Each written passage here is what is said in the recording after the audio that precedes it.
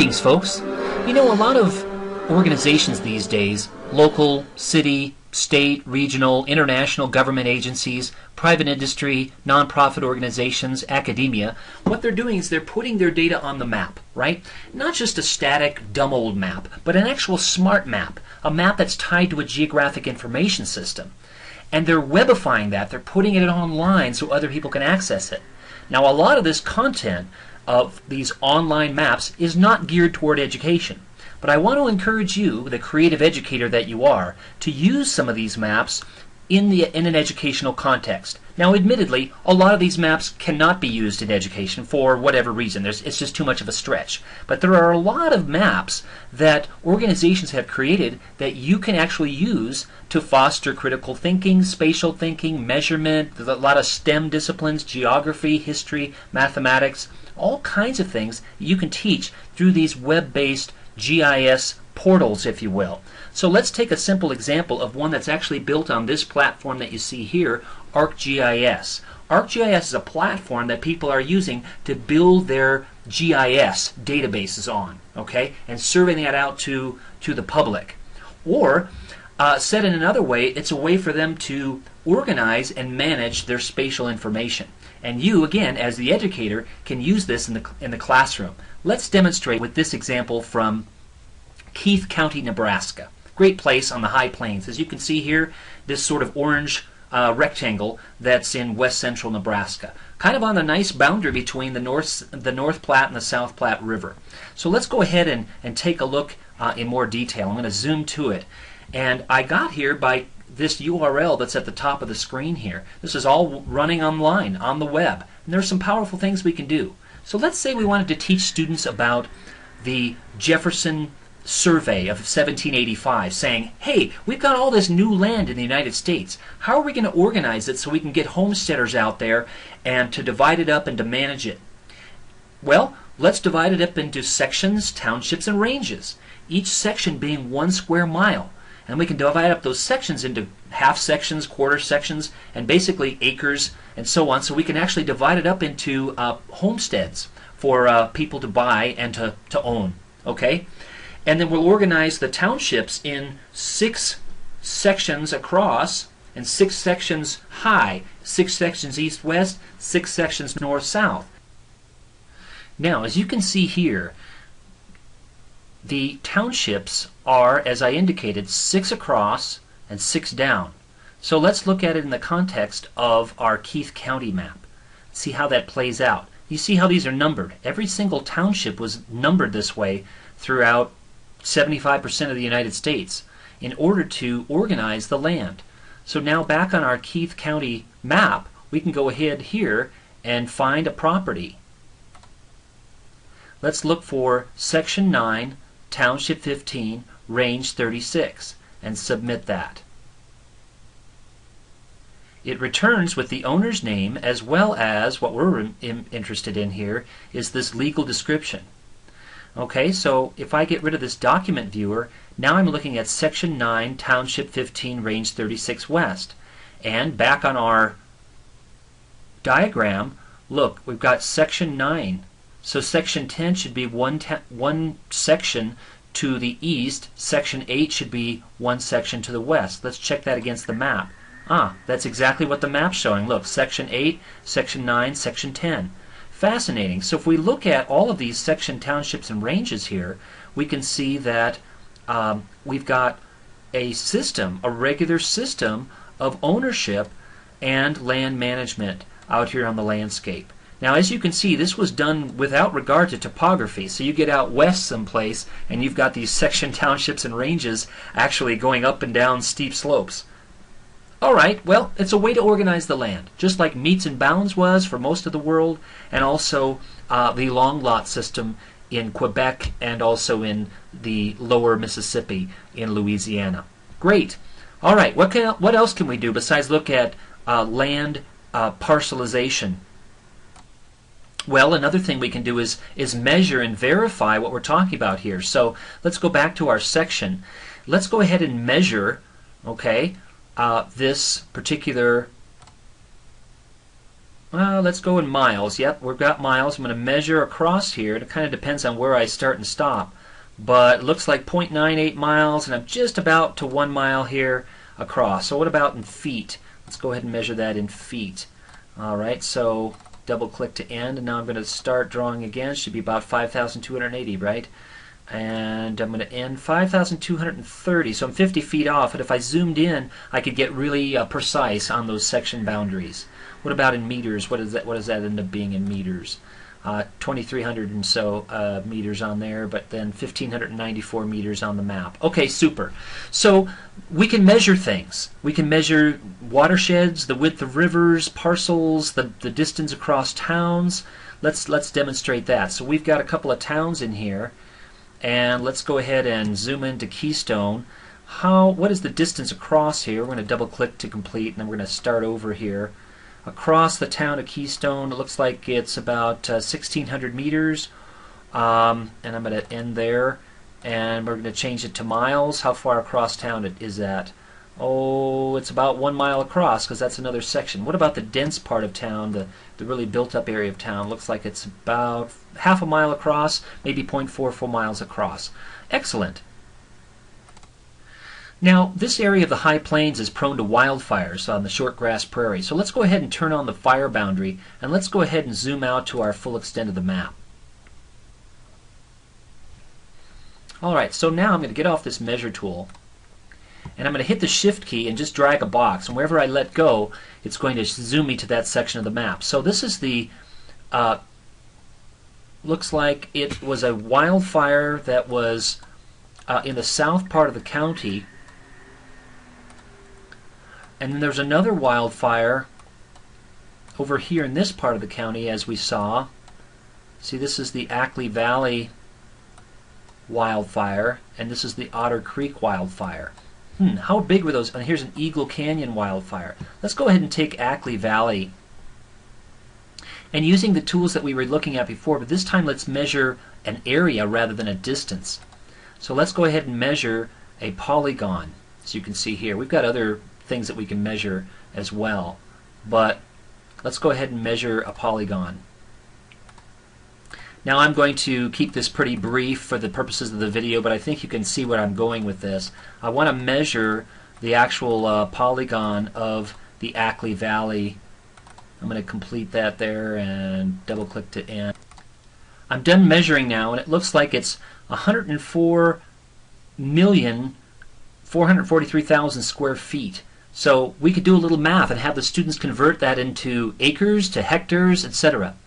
So that's another thing we could do, is we can actually measure areas as well. Let's go ahead and use another tool on here, and that is the coordinates. So let's go ahead and select these coordinates, so you can see the latitude longitude of that particular coordinate right there.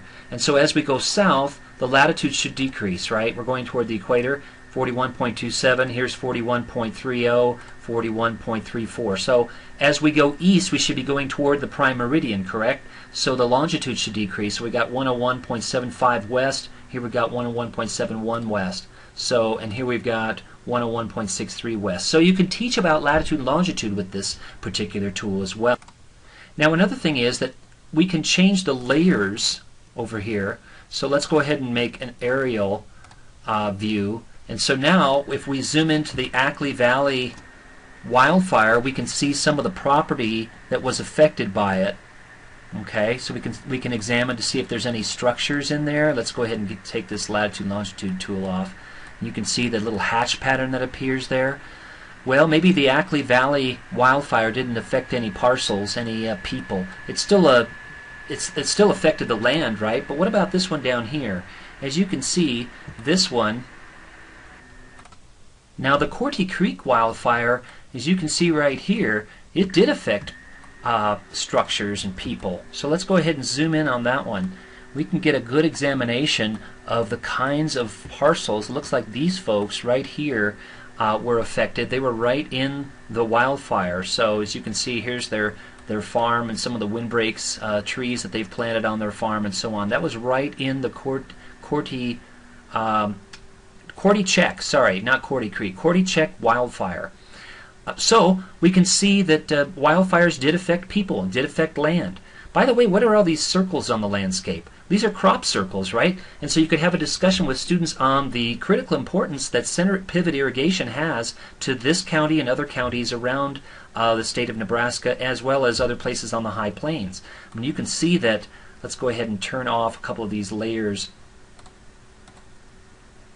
I'm going to turn off roads and parcels. Now, just take a look at the predominance of these circles, right? These circles that are irrigated with groundwater for center pivot irrigation. Now, for a related discussion, see my center pivot irrigation video.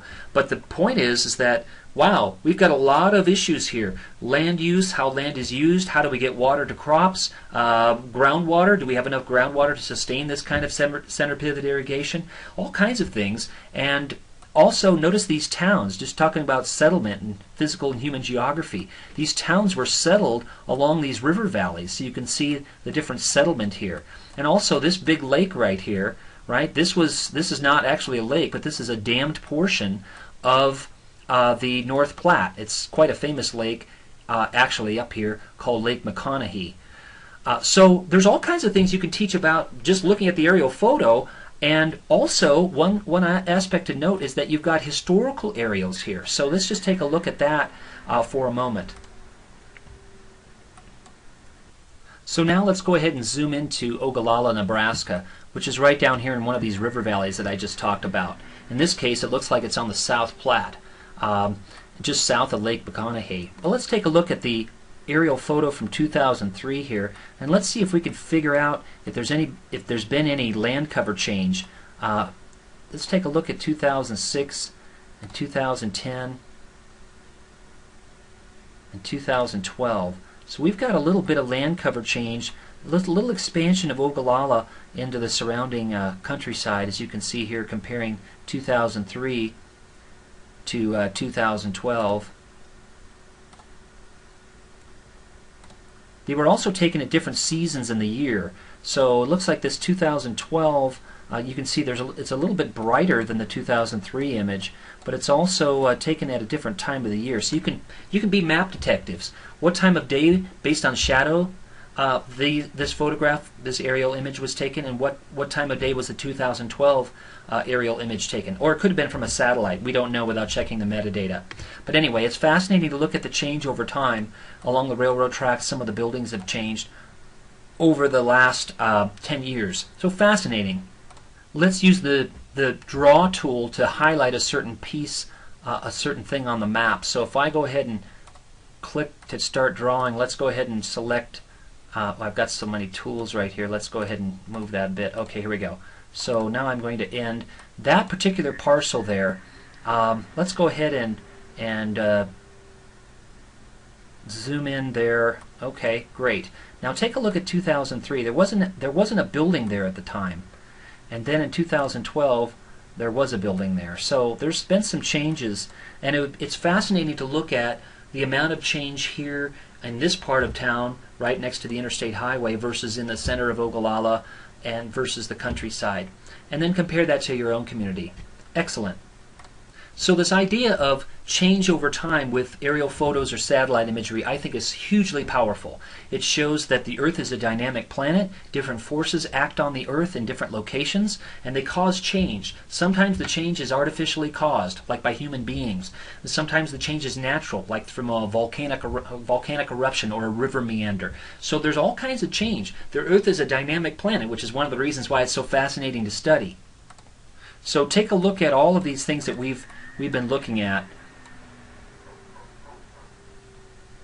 Here's another thing that's changed, and I'm going to go ahead and look at drawing some graphics again on the map. So right in here you can see there is some change happening. There's a golf course, it looks like, that has been built with some houses. Now, how would you know if that's a golf course or not? Well, again, you might want to spend some time with the students looking at the kinds of features that you can identify on aerial or satellite imagery, and the interpretation of those is worth spending some time on. So here we've got a golf course, and if I look at the 2012 satellite image or aerial photo, I can see some additional houses that have been built along that golf course. Okay, and then you might have a discussion on why would people want to build along golf courses? What's the attraction for constructing homes along golf courses and that sort of thing. All right, one more thing to share. And that one thing to share is actual property photos. So let's go ahead and look at some photos of some properties along here and see if we can find any. So I'm going to click at one of these houses along these golf courses. So as you might expect, new houses, right? There's no trees to be found. It looks like it was built out in the middle of a formerly agricultural field, right? So we can look at the properties along here. We can even see the sketches of these houses if we wanted to. But now let's go ahead and zoom over to the middle of town and take a look at the properties over there. So let's just take a sample of one of the properties that might be around here in the middle of town.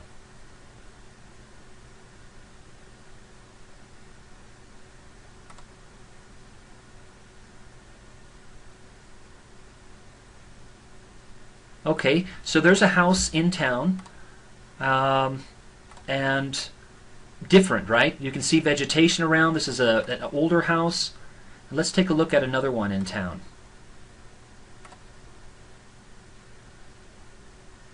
Okay, so looks like 1950s, 1960s type of house. Let's take a look at another house in town.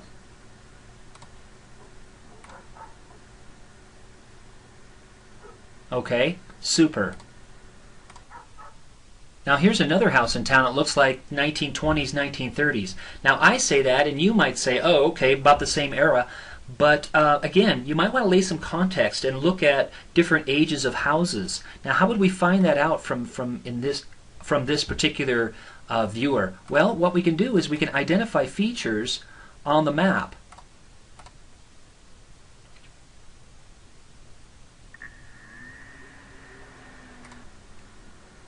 Now I've changed the base map to parcels and also street names.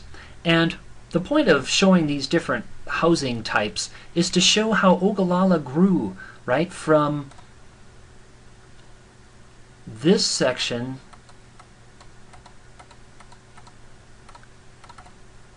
to out here.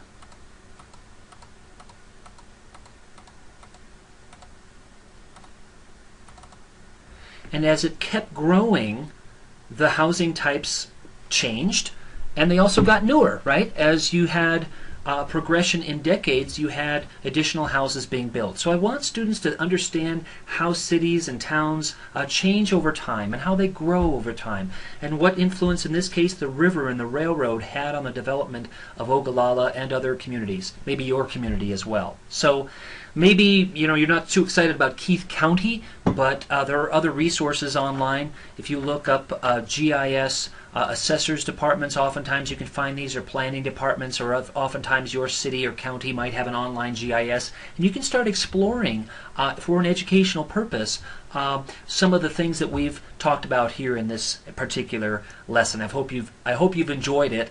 I have. I love looking at change. I love looking at landscapes and thinking about how the earth fits together, natural and the human imprint on the landscape. One more thing before we go, though. There is a layer in here called river meander. And so let's go ahead and just go ahead and clear out my graphics so I can look at the river meander. As you can see here, there's a dashed line. Maybe I should change to an aerial. Let's go ahead and do that. And let's go ahead and turn off parcels, and there we've got the river meander. See these dashed lines? You can see how much the river has meandered over time. Now, why would they care about such things? Well, rivers are dynamic. Not only do they flood occasionally, but they also move across the landscape like, well, sort of like a snake. And so you might not want to live in this traditional river meander area. In fact, you can see all kinds, if you look closely, all kinds of river meanders inside what the county has determined as the river meander area. So rivers change, right? They change over space and time, and it's fascinating to look at the historical meanders of the North Platte and the South Platte River in this area. You can even see in the reservoir here, as I'm looking at it right now, the historical meanders of the river. So fascinating stuff. And I just invite you to check out this and other sites to explore the wonderful world around us with your students.